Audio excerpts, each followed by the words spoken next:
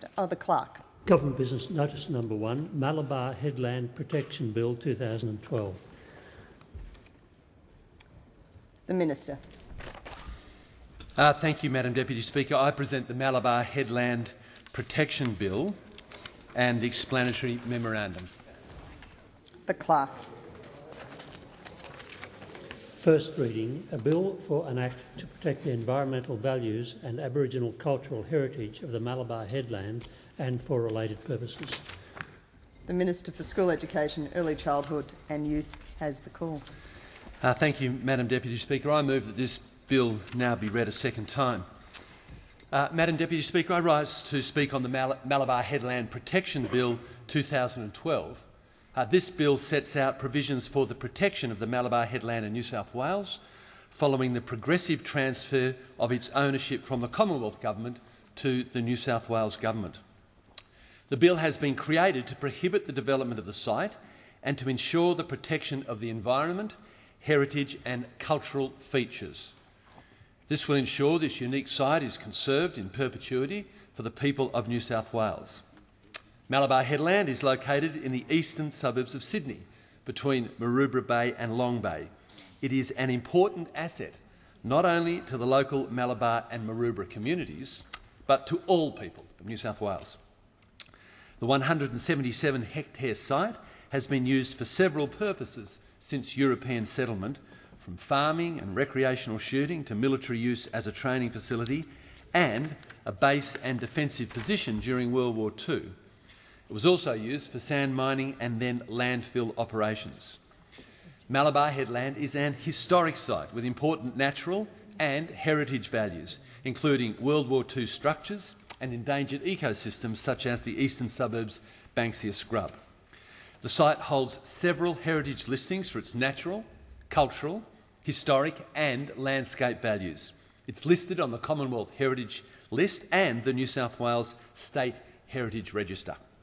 Its importance is also recognised in the Randwick Local Environmental Plan as it is registered as a heritage conservation area.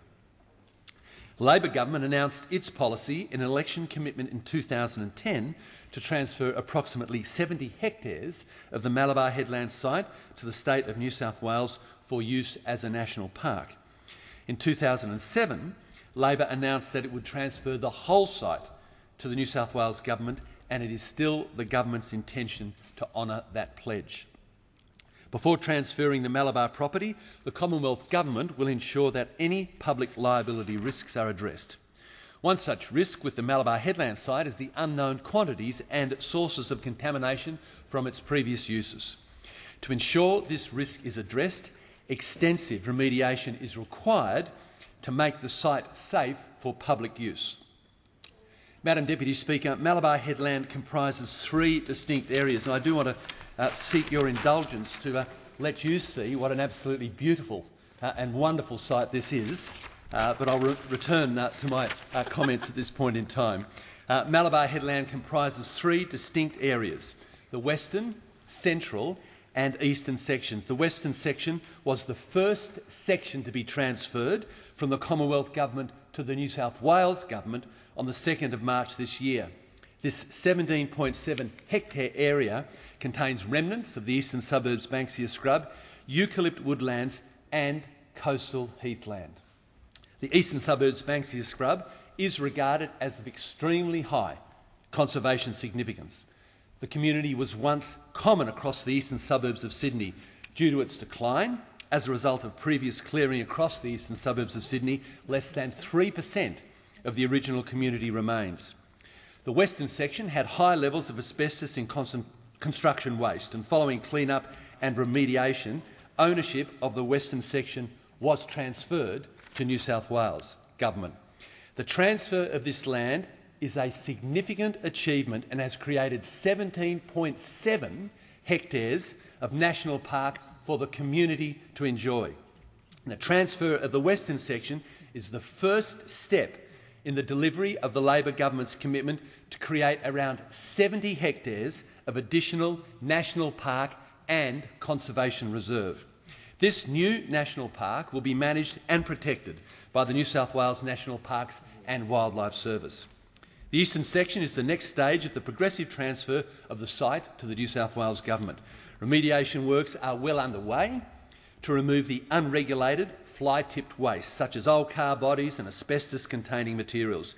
Once remediated, this transfer will create around 50 hectares of national park. The eastern section is abundant in historical and natural values. It contains the remnants of World War II fortifications constructed in response to the threat of seaborne attack. One of these structures is known as the Boora Point Battery, an imposing, purpose-built coastal landmark which is important for providing tangible evidence of Australia's coastal defence efforts in the Sydney area during the war. The eastern section also contains large areas of coastal heathland, eastern suburbs Banksia scrub and eucalypt woodland. Coastal heathland supports a distinctive fauna, including several species that have become threatened within the Sydney Metropolitan Catchment Authority area. And the coastal heathland established on the headland is a potential habitat for this distinctive fauna. The central section of the Malabar Headland site was not covered by the 2010 election commitment. The area of the site was previously used for landfill operations and as a result is heavily contaminated. Until the remediation action plan has been developed and approved by an independent, accredited site auditor, it is not possible to determine the extent of the remediation required for this section. Madam Deputy Speaker, it is the government's strategic vision to progressively transfer the entire Malabar Headland site to New South Wales for national park and public open space for all of the community.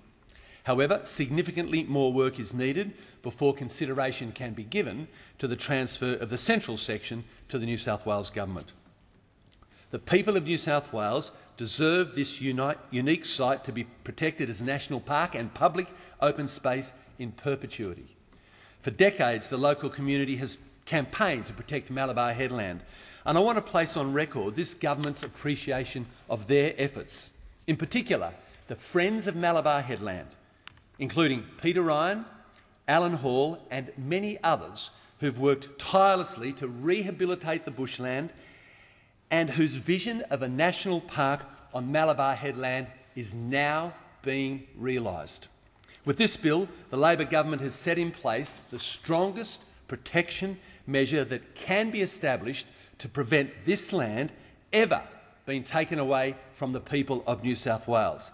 Protection of the environmental, heritage and cultural features of this important site are a priority for this government. I commend the bill to the House.